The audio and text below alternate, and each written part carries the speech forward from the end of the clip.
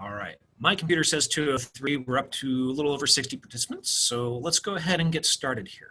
I want to go over our general reopening plan for the junior high and get parents as much information as I can today. I wanted to caution you all to take this with a grain of salt. It seems like every time I go to type an email to a parent, I end up making a liar out of myself, and I had to go back and say, I'm sorry, actually the board's meeting again on Monday next week to make another decision on that topic. So that's happened a couple times. So what I share with you today is our current best plan for moving forward. So from the very beginning, the difference between the hybrid / on-site option that you have and the remote option that you have for your child. All right. When we open up registration, that is what most parents are going to be asked first, is which of these two options do you want your child to attend in? So if you pick that first choice of on-site / hybrid, what that means is that your child is going to come to school every day that the school can possibly be open. If the county says Baldwin Junior High or the whole district or whatever has to shut down, we'll be shut down. But as long as we can be here, we will be in session in school. That will look different depending on the grade of your child. Again, I don't think a lot of folks recognize that this building is a little bit more complicated in the fact that we have secondary and we have primary. So when we're messaging to parents, it can be frustrating because, well, I thought they were doing A-B days at the junior high. Well, we are for 7th and 8th grade, but 6th grade is not going to need to do an A-B day. We don't need to do that. We can manage the cohorts. And when you're trying to figure out where our reasoning may be coming from, it often comes from, how do I protect my cohorts? How do I limit exposure to the cohorts? That's the main thing a lot of administrators have been tasked with this summer as the rules have been given to us. So if I'm coming to school every day, that means that as a 6th grader, I'll start with them first. They will be coming in and going to a single classroom. All right. So if they're on site, they're going to go into a standard classroom, kind of like K through 5, and they will have that same teacher all day long. So if all of a sudden, and I will get more into the details of what that might look like here in a little bit, but for right now, I just want to explain the hybrid piece of it. So if we're going to school and your kids are coming in every day, and then all of a sudden the county shuts us down, we might say, hey guys, you left Thursday thinking we were going to come in on Friday and do this awesome thing for a class experiment. I'm sorry, Friday is now a hybrid day and you will be at home learning. Our teachers will be responsible for getting that curriculum to your child, for making sure that learning continues. There's not an expectation on the parents' part that you're going to have to sit there and log minutes or anything of that nature. It's the teacher's job to make sure that child stays engaged with the curriculum in that hybrid setting, all right? And it's also not even really up to the school for when we go into that hybrid setting. Remember, that's being decided for us by the county. Principals, superintendents, we don't get to make that decision. That's decided for us of whether or not we're shutting down. They will also decide, okay, talk to us. If we have a child in the 6th grade has COVID, all of a sudden they'll probably come talk to us and talk about, okay, what was their cohort like? How did they mix with other cohorts? What opportunities were there for that? And they will make the decision for how widespread our shutdown has to be, whether it's just that one kiddo, if it's the whole grade, their whole cohort, the whole building, district, or whatever. And we will work that problem as we face it. And that's a really tough thing to work towards sometimes, not knowing how that may play out. So that's the hybrid remote piece, or the hybrid and on-site piece. And that would be more or less the same for a 7th or an 8th grader as well. The caveat, which I'll get into a little bit more here when I talk about the typical day, will be that 7th and 8th graders are going to be on a 50% rotation for attendance in an A-B format. All right. 6th graders, we can keep them in class sizes. Right now, if we have 100% of our students return, class sizes for 6th grade is looking to be roughly 18. So we can handle 18 kids in the classroom sizes that we have and the guidelines that we're being given for the most part. We do need, our staff, our teachers have not been allowed to return to their classrooms. We're asking teachers to go through and remove personal items from their classrooms, like couches and extra cabinets and things like that. So we can go through and actually measure things out and say, do we really have the space we think we have? So again, like I said at the beginning, we'll asterisk by a lot of the things I'm kind of going through here today. All right, so that's a hybrid on-site. If you choose remote, Your child will not necessarily be coming into the school every day, right? They will be doing their work on Excellus, which is our online platform that the district has purchased. Someone asked if that's going to be available later. No, that program has been purchased with the funds that have been made available to the school districts through the pandemic. So that's something that we have during the pandemic, and I have no idea whether or not we'd be able to hang on to that programming after this.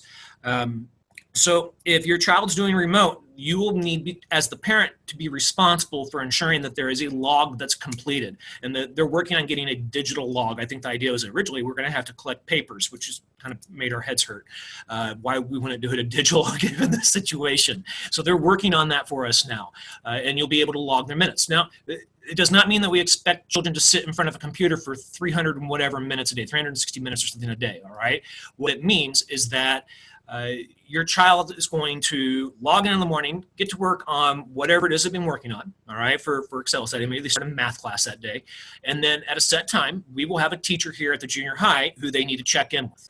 And that teacher will check in with them and discuss, okay, it looks like you're doing really well on these things, but we're struggling on these things. It looks like you're behind. Your parents know you're behind. That was a big problem last year. Parents weren't in the loop with where their kids were virtually. All right. So that is a piece of the conversation that we're trying to solve right now, is how do we make sure parents are better involved in that conversation if their child starts to fall behind remotely, because some of you discovered once you start to fall behind remotely, it's a pretty slippery slope and it can be hard to dig out of that hole. So that teacher will be there to help make that happen. The other piece of that will be, okay, maybe that teacher's not the best at math, so I'm going to set up a time for you to get with a math teacher that is certified in this subject to help you get what it is that you need to get. And they might say, you know what, let's try this. I want you to go do this other activity instead of working on Excellus to see if you can master this concept that we're trying to work on right now. And if that happens, then that might be part of your 360 minutes. So you're not sitting in front of your computer screen that whole entire time.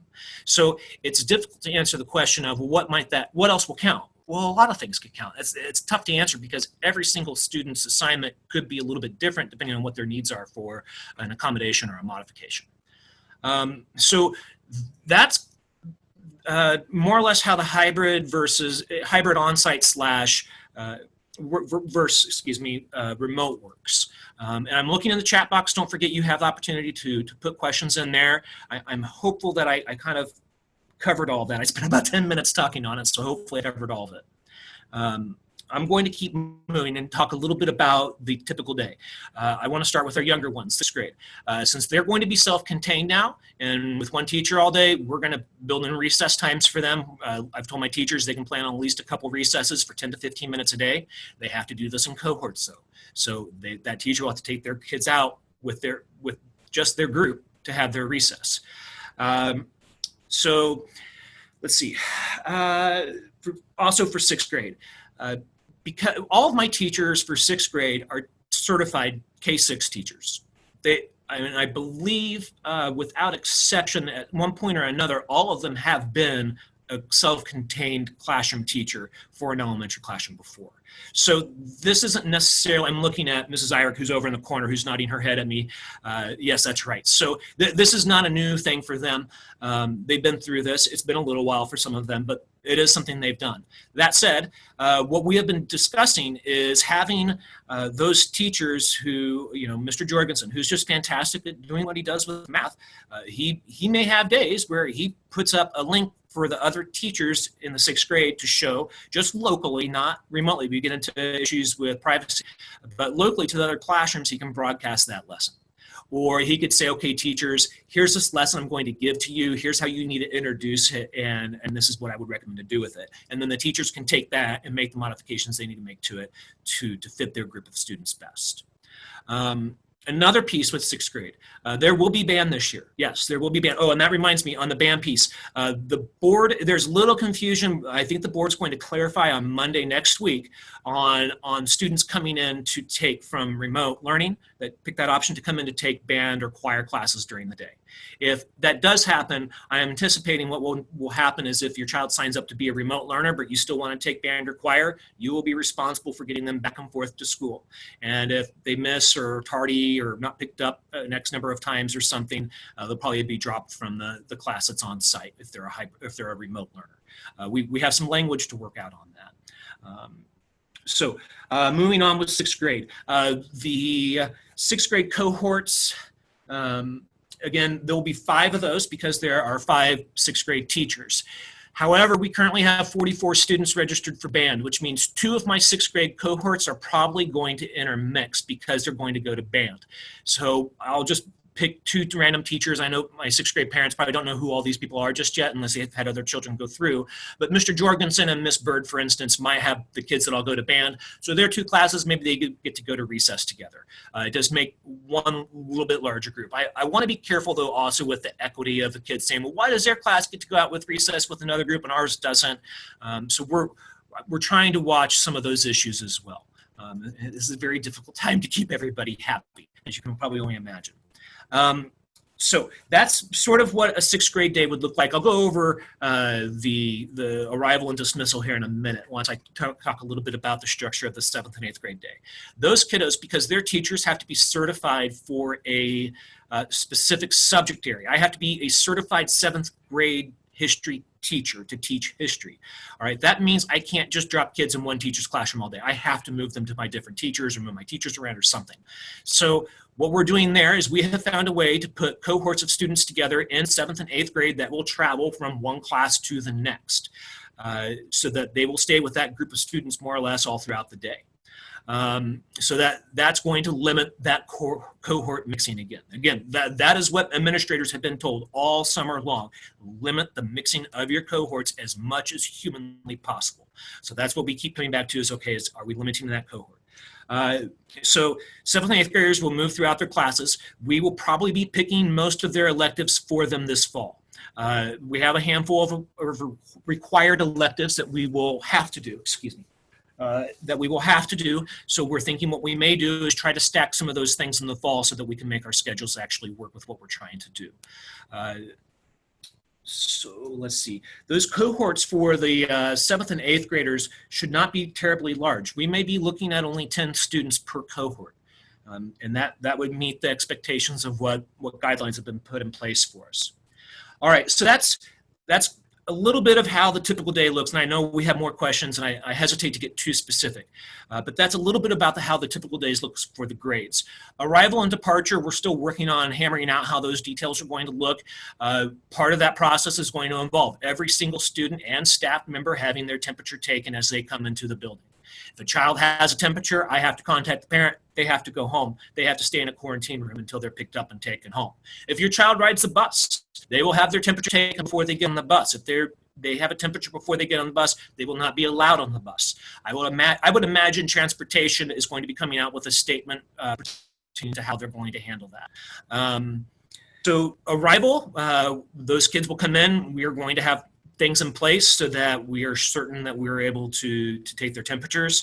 Then we will move them into the hallways where they're going to have to sit because in the past, all of our students have gone and just hung out in the gym in the bleachers, and it's been no big deal. It's always worked pretty well. And the kids that didn't like that really intense social space had other places in the school they could go to, like the cafeteria or maybe the commons area, where it's a lot more quiet. And if it was overstimulation in the gym, they had a place to get away from it.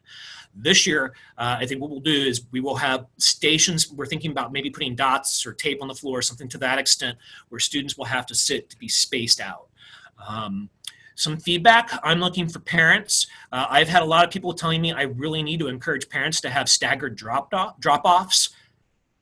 I struggle with that because I know that a lot of parents don't have the luxury of saying, well, I'll drop off specifically when the school wants me to. Sure. Well, if you have a job that starts at a certain time, you may not have a choice to drop off at another time. So I am looking for some ideas of outside sources from parents' point of view. I've had all my teachers' ideas, but from a parent's point of view, of maybe some ideas to make that staggered drop-off more feasible for everybody. We will have designated entry places. For instance, the bus riders are only going to come in, if you know where Mr. Webb's 8th grade science room is, over by the assistant principal's office, that is going to only be for bus riders to come in through this year. So we know they'll have their temperatures taken. We don't need to scan them when they come in. There'll be a process for that. So we're working on a few of those entry things. Let's see another piece. Before I get to dismissal, let's talk about lunches. Again, it's all about having to keep the cohort separate. So I have to come up, for instance, 6th grade has 5 different cohorts. I have to come up with 5 different lunch places. So I'm having students sit in the cohorts in the cafeteria, in the mezzanine, in the gym, in the commons, in the multi-purpose room, so I can keep those spaces separate. All of our meals this year are going to be served on disposable, like the to-go boxes that you get at a restaurant. There will be no self-serve, so the kids can't stick their hand in and scoop up however much of the servings they want. Please, I know this is probably not a big deal for parents. Please let your kids know Olive Cart will have to be picked up the first time they go through the line. That's different. They've always done it after they've gotten their main meal. This year, they will have to do it when they go through the line the first time because they can't go through the line a second time. And in the eyes of a junior high student, that is a huge priority piece of information, just FYI. Okay, so that's how the lunches will work. They'll be separated by 6 feet. I'll have 2 kids at one table. My tables, I put them apart. They're like 6-7 feet apart at that point, and that's all I can do, 2 kids per table. Dismissal. We will do a staggered dismissal. I will probably send all my bus riders out to my buses first, so I know that I don't have car riders and walkers crowding around where I need to get my bus rides on. And then we'll dismiss from there. All right. So that's arrival, lunches, and dismissal. I want to go back to the chat section here because I want to check up. Give me just a second to read the first question here. Okay, contacting protocol if somebody has symptoms or test positive. So if someone tests positive, we're not going to know that because we're not going to say that you have to go get the test, right? That's going to be a parent's decision to do that. We would hope that a parent would contact us to let us know if that's the case, but that gets into a lot of privacy issues. You know, the school can't like, you have to tell us if you have that, because I think there's a little too much red tape wound up in that. Okay, will schools automatically shut down for symptoms as there are, I think I've kind of answered that question about the county is making that decision about when and if we will shut down. The county health department will do all that tracing. We have to cooperate with them for all those things. Okay, and has the CD put school guidance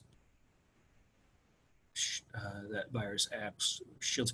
You know what? The CDC's put a lot of stuff out, and I can't speak to every single piece that they put out. I'm not sure I'm familiar with that piece for that question. We've got a question from Amber Walters. Will every student get a laptop? Yes, that's on my list to cover a little bit. Everyone's going to get a laptop this year. They're going to waive the $50 Chromebook or textbook fee that they'd had in the past. That will not have a technology fee. I think that's what they called it. That will not be levied. Still trying to get through these. Laptop. Okay, if we'd like to change our, every time somebody pops in a new question, it takes me all the way back to the screen, so I keep losing the question, guys. I'm sorry. If we'd like to change our electives, you'd like us to do that. We're going to be assigning the electives for you guys. Unless you're telling us you want to be in band or choir, the electives are pretty much, we're only going to have somebody to pick from, so everybody's probably going to have the same electives as somebody. Again, we're going to try to stagger it so that we're using in the fall semester, our required electives that kids have, and go ahead and get those out of the way in the fall. And then if hopefully things go back to normal in the spring, we can open that up a bit more to choice. So if you want band or choir and you had not wanted that before, let us know. Otherwise, we're aware of the students in the spring that identified that they wanted to be in band or choir. Let's see. If the school is selecting the electives, will the students who missed fourth quarter, oh darn it, it jumped down. Will students that missed the fourth quarter last year be able to get it this year? At this point, we're not going to look back at last year's fourth quarter electives and try to make up for what may or may have been missed from last year, because we're focusing so much just what we actually offer versus variety. It gets pretty tricky. AB groups, how are we choosing those? That will be done alphabetically in family. So we have some family members with kids with different last names and things like that, but we're trying to make A days be the first half of the alphabet. We'll find the middle of the split. Second half will be B days. And then we will go through and figure out which groups have family members that may be different last names and which groups, hopefully that will also help us with the high school and when the high school has kids out. 8th grade Spanish at the high school, we're not going to be able to do this year. I'm sorry. That was something I was really excited to have gotten in place once I started here, and it killed me to take it away. I can't do it. I'm sorry. Okay. When will enrollment start? That will be next week, and I am not privy to the begin and deadline dates yet. I just know I've been told they were planning on doing that next week. Will remote learning be the same curriculum as hybrid? No. Remote learning is a platform called Excellus. That is where those students are getting that information, where they're getting their instruction from, their curriculum from, okay? If they're doing hybrid and on-site, it's from our teachers. How will IEPs be handled? IEPs will be, we're going to do them. We will have IEP meetings and Zoom meetings this year. Students are going to, if they're on site, if they're remote, they're going to have their minutes served. We will have to find a way to do that. If you pick remote, then your services may end up being more based in remote. If you pick on-site, then it's easier to provide those services on-site. If you pick remote, but you need on-site services, that's a pickle, and we're going to have to work the problem until we figure out what's the best situation for your child. And you know what? It's not always one shoe fits all. So one size fits all. So we'll work that problem with those families that have those needs, and we'll figure out what it is that we need to do there to make sure that the kids are getting the services they need. We have to make sure that happens. Not just because it's the right thing to do, but also because it's the legal thing to do, right? Okay, remote learning curriculum. I just did that one. Whew, you guys are piling questions on. Let me see if I can get through these still. We have about 6 more minutes. Eric, and I've actually gotten through all the things I had on my list as I've gone through your questions here. But Dr. Hare does have a demo of Excellus that we want to show. In fact, do you want to go ahead and do that while I try to go through and read the rest of these questions? And then absolutely, yes. So we'll switch to that. You can get through the questions and field that. So I'm going to share my screen, and let me get that over here.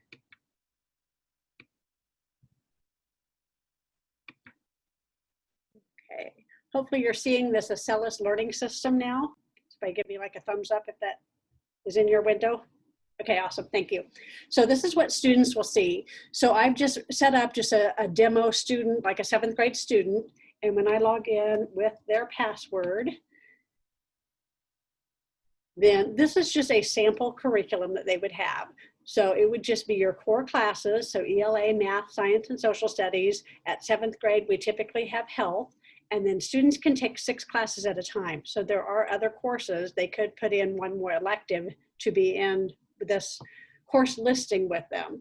So if I go into like a 7th grade math class, and typically students would start with a pre-test, so kind of assessing their knowledge. Setting up, hopefully that sound's coming through.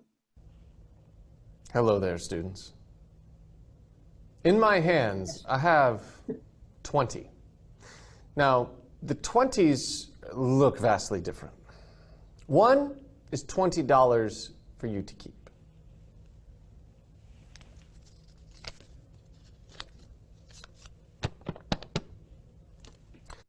Okay, I'm going to pause them right there.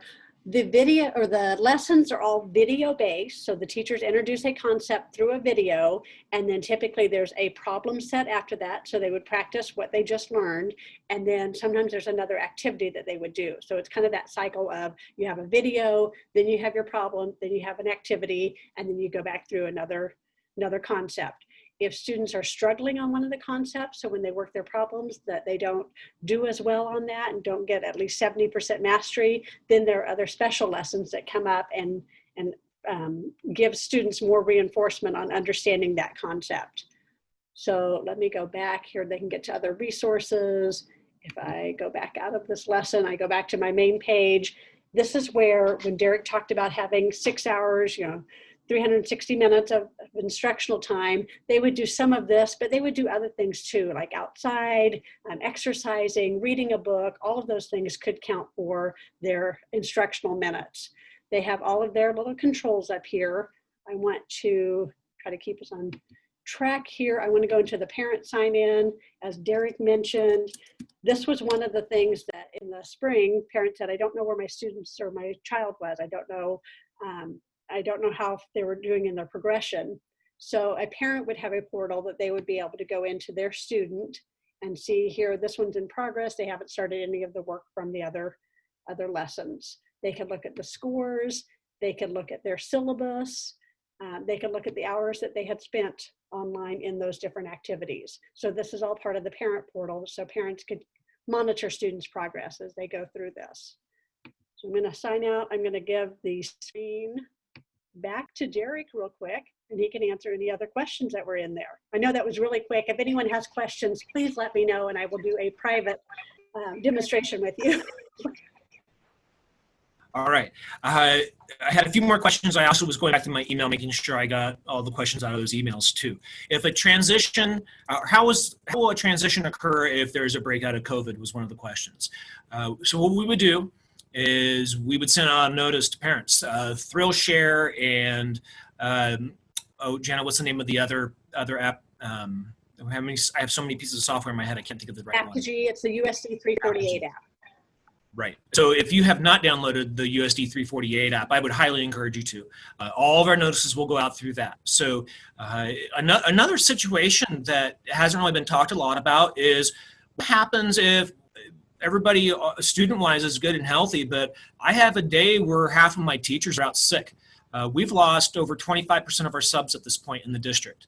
There's a possibility where I might say, I'm sorry, I don't have staff to run school today.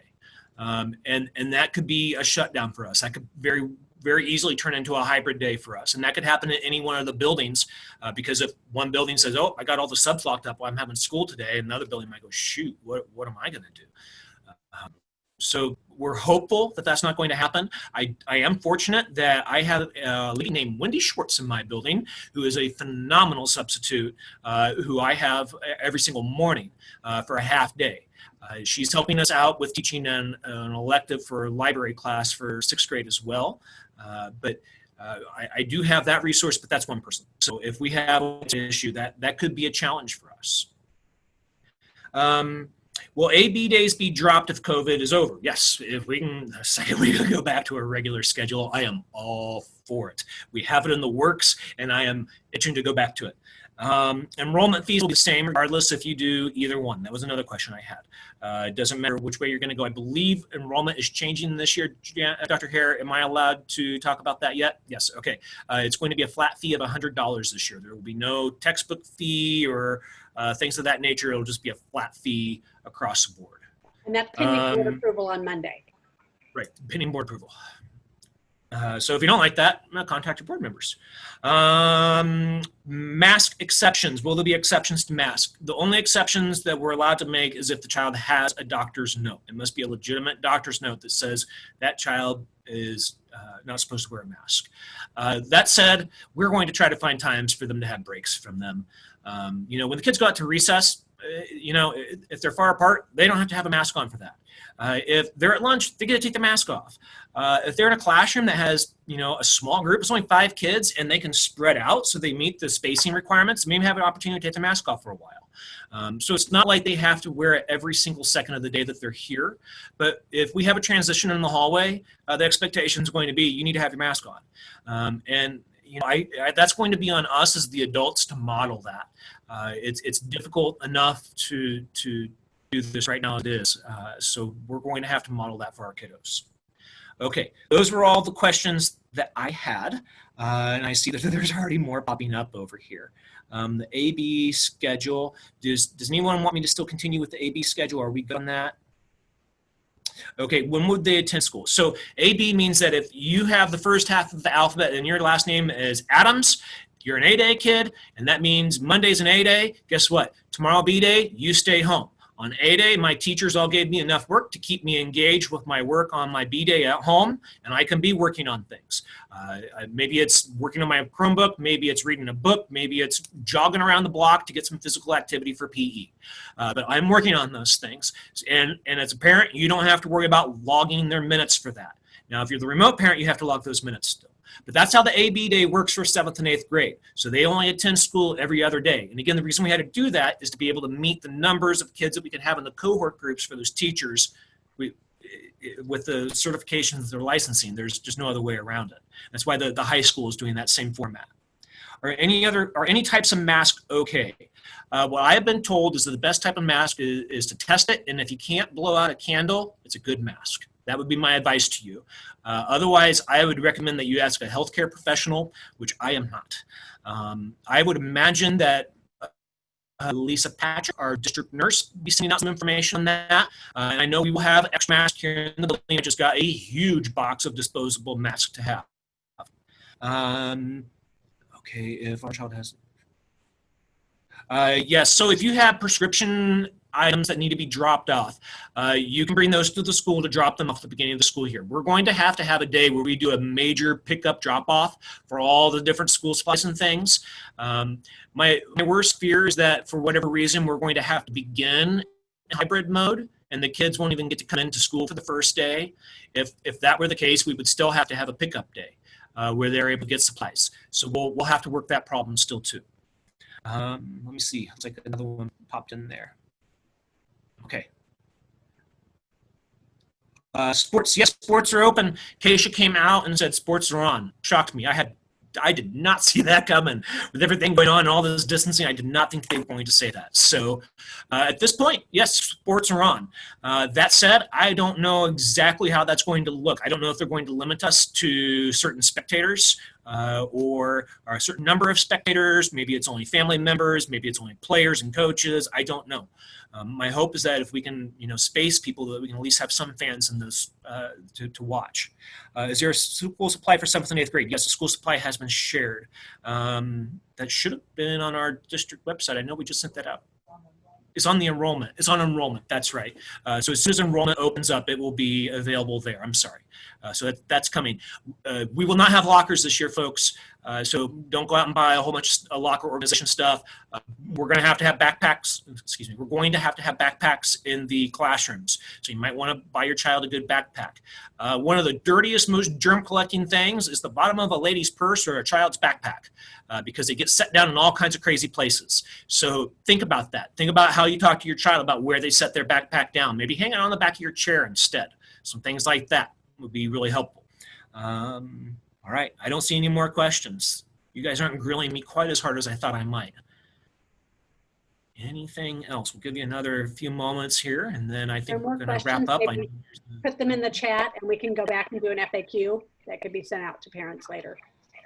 And I had quite a few emails from folks. I tried to go back through and to get to all the questions that I had in my emails as well. So if I didn't get to one of yours, please let me know, resend that to me, and I will continue to try to get answers to all of you. What sports are available for 6th graders? So 6th graders are still primary students, and that's why I think one of the challenges of the junior high is that people don't understand that secondary in the state of Kansas starts in 7th grade, which is when Keisha is the organization that monitors sports in the state. So they do not begin sports in 6th grade or until 7th grade for that reason. That said, in the past for 6th grade students, we had something called Girls on the Run, which is a running program for the female students. And Mr. Bailey is now a coach for Let Me Run, which is the version for boys. So we're trying to get that out for our 6th graders so that we can start to get them some opportunities for physical activity after school. All right, how do we be certain that our child has been banned? If you want to be certain that your child has been removed from band, you can email us and let us know. But on enrollment, you have the opportunity to let us know. All right. So when you go through enrollment, you can mark on there whether or not whether or not you want your child to be in band. Yes, for the kids with IEPs, yes. Will they be able to visit with support staff during the day? Yes, we're going to have to find a way to do that. And again, that's one of the big challenges I've been speaking about with my special education staff, is about how do we do that with the pairs we have and the resources we have. Can I take some wonderful people like Ms. Rude and just have her be two people somehow? Because that would sure make my life a lot easier to get those kids the services they need. But we're going to have to work that problem, and we're going to have to look very carefully at how we place kids in our cohorts to make sure that we're getting those right services to them. Why are the students not going to be removed? I've already addressed the mask. Again, they are allowed to remove their desk at certain opportunities. If they're able to keep that spacing, that's going to be an opportunity for them. So again, while the county has been very clear with us that we must have masks in certain situations when we're in tight quarters, we're going to do that. But if we can spread the kids out, get that thing off, let them breathe for a little bit and see some faces of other kids. Let's see. You're welcome, Cassandra. Let's see. Tied to remote learning, teachers will have daily lessons with students of approximately 30 minutes. Oh, that's Dr. Hare that's answering that. Okay, good. Okay, I'm not seeing any more questions unless I missed one. Can you talk about the HVAC? Okay. I can talk about the HVAC filtration system changes. However, the board, I don't believe, has made a decision on it. So right now, what I can tell you is that our HVAC system is the same system we had in place last year. Before all of this started, I bought 5 industrial air cleaners that are on wheels and that are portable. And I had placed maybe it was 4. I had purchased those and placed those strategically around our building. We had a wish list that we could sign up for as principals for things for our building. I put down one of those, but an even higher grade model for every single one of my classrooms. That list, my wish list, is now going into a pool with all the other principals in Douglas County, and we'll see what I get. I hope I get that. I am thinking that our maintenance department also put some stuff on that list too. And if he can do the whole building system, then they're probably going to say, forget Mr. Bland's thing, we're going to do the whole building. So we'll see what they come out with. Hopefully we get something good in there. Can we have plastic shields, headbands? Yeah, if a child wants to wear like a shield along with the mask, that's fine. But they can't wear, we had this question come up, they can't wear just the shield. They have to have the mask and the shield, or just the mask, but they can't have only a shield. Teachers were curious about that too. All right. You guys are all welcome. I'm glad you guys were able to make it in. It's been a very trying time, but I'm glad to be doing it in this community because, frankly, our parents are just really supportive. Hand washing, how will that be monitored?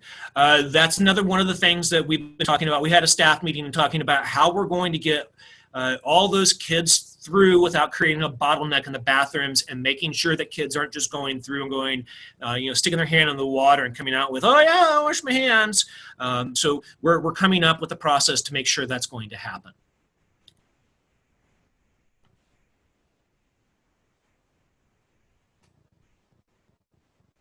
We actually looked at one of the hand washing stations that you can purchase.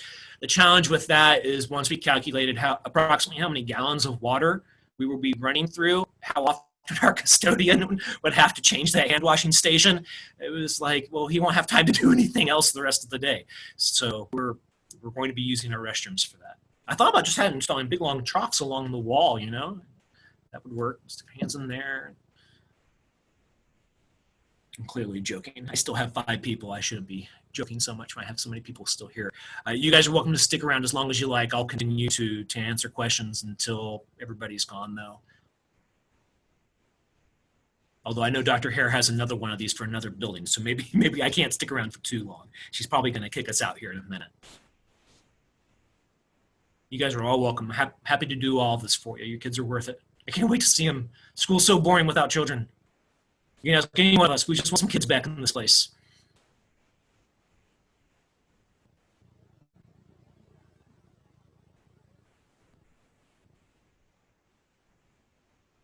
And we want you to have them.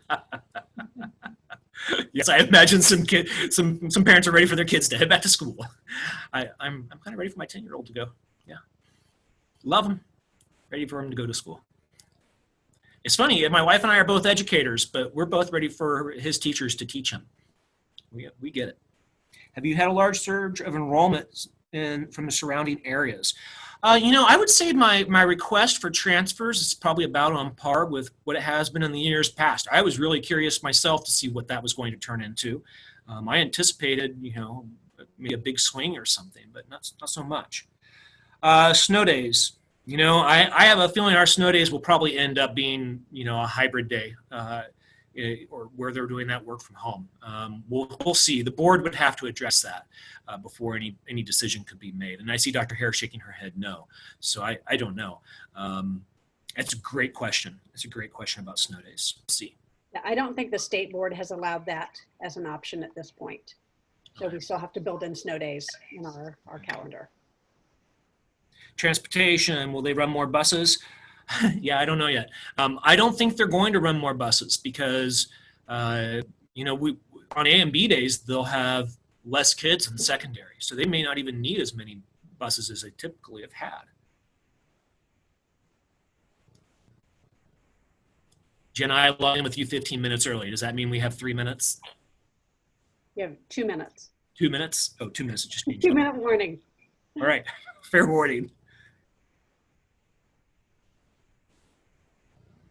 Yeah, my biggest question on transportation is going to be how they're handling those temperature checks. That will be a challenge for them and for parents.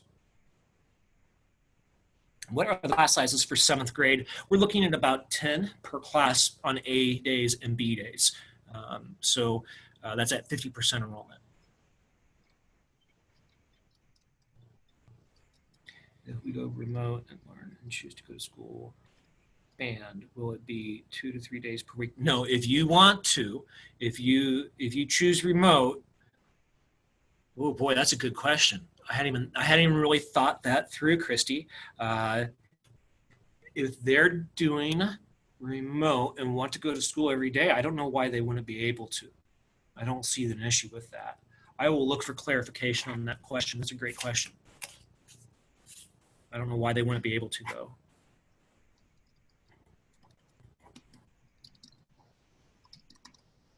I do not believe transportation will be available inside the 2-mile radius.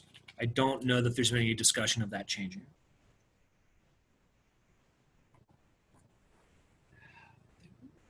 What will it look like for remote students who are sick, not necessarily with COVID, but just in general? So, there'll be an expectation to be moving through the curriculum. If a kid gets sick, just like normal, they get sick and they're not going to be able to work. And they will meet with that remote teacher. And that remote teacher will probably have a way of marking them absent for that time. And just like usual, if we need to say, hey, you've hit your, what is it? We allow 12 days before you have to have doctor's notes to excuse them, or we have to start talking about truancy. We'll probably just say the same thing. Hey, you've been out for 12 days.